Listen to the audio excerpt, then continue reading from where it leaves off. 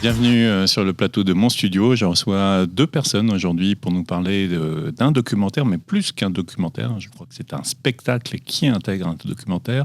Je reçois aujourd'hui Denis et Ève. Denis, qui êtes-vous ? Je suis réalisateur, photographe et je porte une compagnie nantaise qui s'appelle le groupe artistique Alice avec Virginie Frappard. Voilà, et Ève qui est là, présente, qui est notre présidente. Voilà. Bonjour, présidente. Bonjour. Alors, Denis, on va commencer par vous. Vous êtes on peut vous qualifier de réalisateur de ce documentaire ? On peut me qualifier de réalisateur de ce film, effectivement.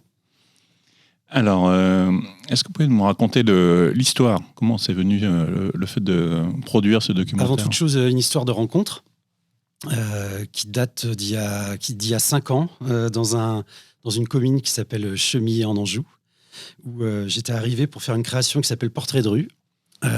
C'est une création photographique où je fais des portraits d'habitants dans la rue. Et du coup, j'ai rencontré à ce moment-là donc des paysannes et des paysans et tout un réseau en fait dans cette campagne assez singulier en fait pour avoir été dans de nombreuses campagnes auparavant. Là, il se trouve qu'il y a un réseau paysan qui est très fort. Ce qu'il a de particulier, c'est que, alors pour avoir été avant beaucoup, j'ai fait pas mal de travaux autour du paysage agricole et beaucoup dans des campagnes où il y avait peu déjà d'agriculture bio, beaucoup de conventionnels. Et en fait, j'avais beaucoup affaire quand même à des gens qui étaient seuls dans leur ferme. Hein. On sait qu'on est quand même sur un suicide, je crois, par jour d'agriculteurs ou d'agricultrices. Hein. Donc, c'est un métier en souffrance. Et du coup, déjà, à Chemillé, il y a beaucoup de fermes bio avec des gens qui sont en lien, en fait, qui sont tout simplement reliés les uns aux autres et qui sont vraiment sur cette question, moi, qui m'a intéressé tout de suite, qui est la question du vivant, du paysage, mais au sens de l'habitat, de l'habité. Enfin, moi, quand je parle de paysage, c'est-à-dire que j'englobe vraiment toute la chaîne du vivant. Et donc, ça part de comment ils vont, entre guillemets, travailler leur paysage, c'est-à-dire faire en sorte que ce soit des lieux refuges pour la biodiversité, hein, parce qu'on a quand même 70% qui est éradiqué au jour d'aujourd'hui. Et qui puissent aussi donc, faire ce qu'ils ont à faire, c'est-à-dire, donc là, on a filmé 2 fermes. On a filmé une ferme où il y a un maraîcher et Karine qui élève des poules pondeuses. Karine qui élève des poules pondeuses. Donc ça, c'est la ferme qui s'appelle les Petites Noues. C'est alors la spécificité de cette ferme, c'est qu'elle est vraiment dans le bourg de Chemillé. Donc c'est une ferme dans un bourg. Hein, à l'heure où on perd des terres agricoles pour fabriquer des magnifiques pavillons avec piscine privée en pleine sécheresse, c'est quand même important qu'on puisse avoir encore trouver de la nourriture, en tout cas en proximité de bourg. Et après, la deuxième ferme, c'est un GAEC. Donc, c'est 4 jeunes associés donc le GAEC s'appelle Bellis Pérennis. C'est à Valenjou. Alors là, c'est une ferme qui est beaucoup plus, on va dire, dans la pampa. Et eux, ils ont un troupeau de 20 vaches laitières. Et du coup, en extensif, c'est-à-dire en prairie extensive. Et avec les vaches, ils font du lait. Et le lait est transformé en fromage. Et du coup, il y a un paysan boulanger aussi sur la ferme. Et pour finir, ils ont quelques cochons de la race Longuet. Et, parce que le petit lait qui n'est pas utilisé va finir au cochon. Et donc après, le cochon est vendu en vente directe en colis. Et le fromage est vendu à la ferme et sur 2 marchés. Ce film, est-ce que vous l'avez présenté aux différentes personnes que vous avez filmées ? Ah oui. Alors c'est quoi leur retour ? Il y a même eu un visionnage spécifique avant la première projection, enfin le premier ciné-concert. Moi, j'avais besoin d'avoir quand même... en fait, je suis resté 2 ans auprès d'eux. Et l'idée était d'être dans l'intime de leur présence au travail, en fait. Donc, du coup, j'ai capté tout un tas de choses. Ça a donné naissance à un montage. Et ça, j'avais besoin, quelque part, quand même, qu'ils... Alors, le valider, c'est peut-être pas le bon terme, mais en tout cas, qu'il soit en accord avec ce qu'il y avait dans le montage des images. Et le retour, alors ? Qu'est-ce qu'ils vous ont dit ? Rien. C'est véridique. On a regardé le film. Après le visionnage, en plus, le film n'était pas étalonné à ce moment-là, donc on l'a regardé sur mon écran d'étalonnage, tout ça, enfin bref. Et fin du film. Et là, mais un silence de plomb. Et alors, on se sent comment à ce moment-là? Bah, on se sent. J'étais quand même hyper fébrile, moi, ce soir-là. Et du coup, leur silence validait tout, en fait. Voilà. C'était un silence d'émotion? Oui, c'est de la pudeur, c'est plein de trucs, c'est plein de choses qui se jouent. C'est le fait aussi, je pense, c'est pas évident de se voir. Enfin, c'est ce que raconte le film. Je pense qu'ils ont été touchés quelque part. Donc du coup, voilà. On s'intéresse à eux, c'est ça? Mais je sais pas si c'est le mot, c'est s'intéresser à eux. C'est plus ce qui émerge du film. On l'a ressenti aux premières projections. On avait beaucoup de paysans et de paysannes. Parce qu'en fait, alors ça, j'en reparlerai après sur comment on a travaillé, parce qu'on n'a pas travaillé qu'avec eux. Mais du coup, il y a eu, voilà, ça a été fort, parce que c'est aussi quand même là, cette année, c'est une année particulièrement difficile. Et donc, du coup, je pense que ça leur évoque, ça leur fait du bien, en fait. C'est à cause de la sécheresse? Oui. Alors la sécheresse, mais aussi la grippe aviaire, mais aussi la machine infernale qui broie tout, c'est-à-dire cette industrie agroalimentaire qui laisse absolument aucune place à aucune initiative. C'est quand même assez terrible. Il y a eu, je pense, une énorme déception sur l'après-Covid. C'est-à-dire qu'il y a eu ce truc pendant le Covid où tout d'un coup, les habitants et les habitantes de Chemillé étaient bien contents de trouver des fermes à proximité pour trouver à manger. Et puis après Covid, ça a été l'hécatombe. C'est vrai. Donc voilà. Alors, ce film, il a vocation à être diffusé seul, ou alors d'où vient cette idée d'y associer un spectacle et une projection? C'est vraiment une entrée artistique de la compagnie, c'est-à-dire que Virginie Frappard, qui co-porte la compagnie avec moi, elle est géographe en fait à la base de formation, docteur en géographie sociale. Elle est comédienne et autrice, et elle a un parcours vraiment du théâtre. Et moi, je suis quelqu'un qui vient du cinéma, d'auteur.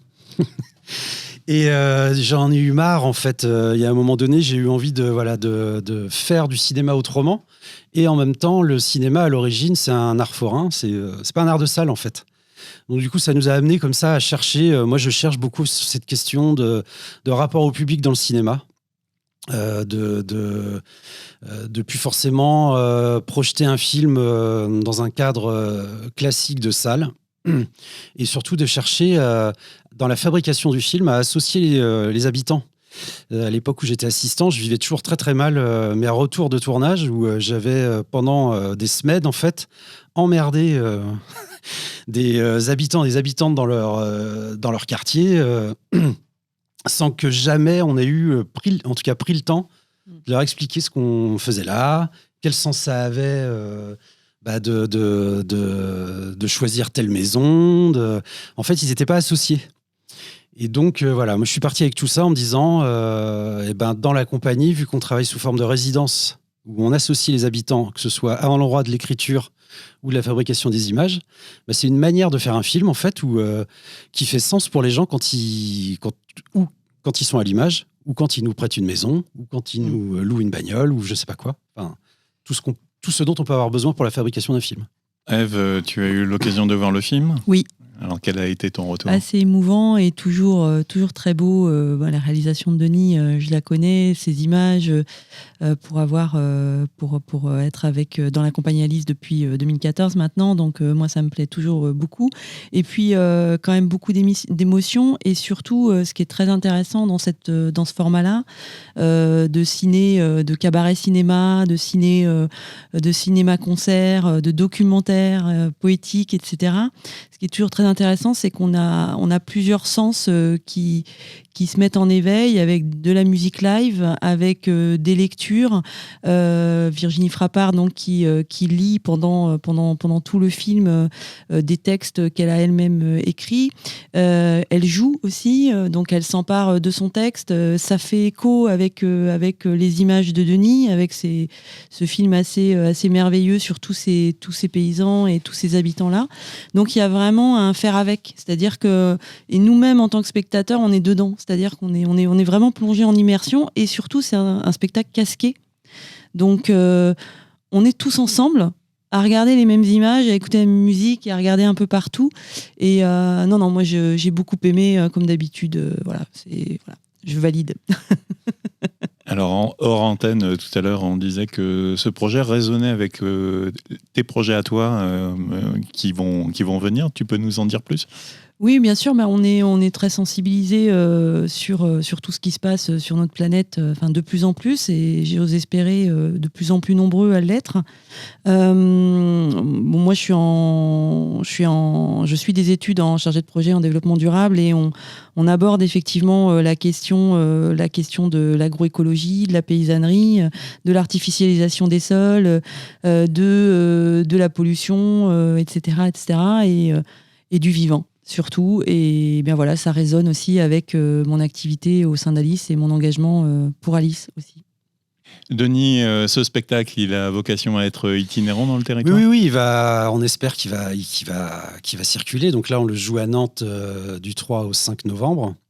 On l'a joué à Chemillé il y a quelques semaines, 3 fois déjà. Et après, il va partir.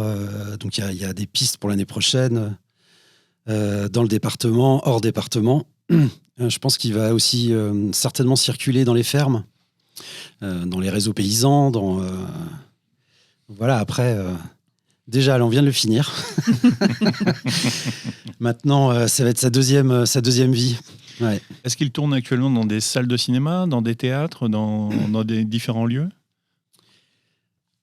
Donc il est question qu'il joue dans des cinémas, mais toujours sous cette forme de ciné-concert. On peut la refaire. Ouais. Donc, il est question qu'il aille dans des cinémas, mais sous forme de ciné-concert. Pour le moment, moi, je tiens vraiment à cette forme-là. Pour moi, elle est raccord avec les fermes, en fait.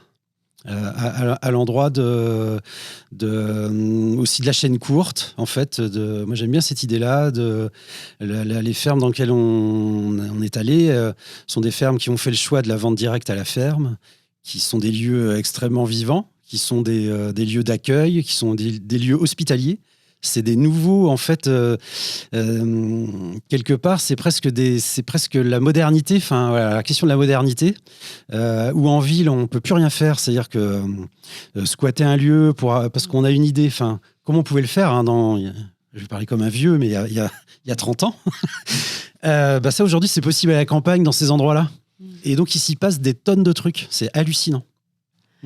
Par rapport à ça, la ruralité et tout ce qui s'y passe et tout ce qui est novateur, on parle aussi on s'est inspiré aussi du livre de Valérie Jousseaume, Plouc and Pride, qui justement parle de ça, qui dit que demain, ça sera en ruralité qu'il se passera quand même pas mal de choses, et peut-être même plus qu'en ville, et plus accessible. Merci pour ce message. Merci aussi d'être passé sur notre plateau à tous les deux. Et puis, quant à nous, je vous dis à très bientôt pour notre prochaine émission. Merci beaucoup. Merci.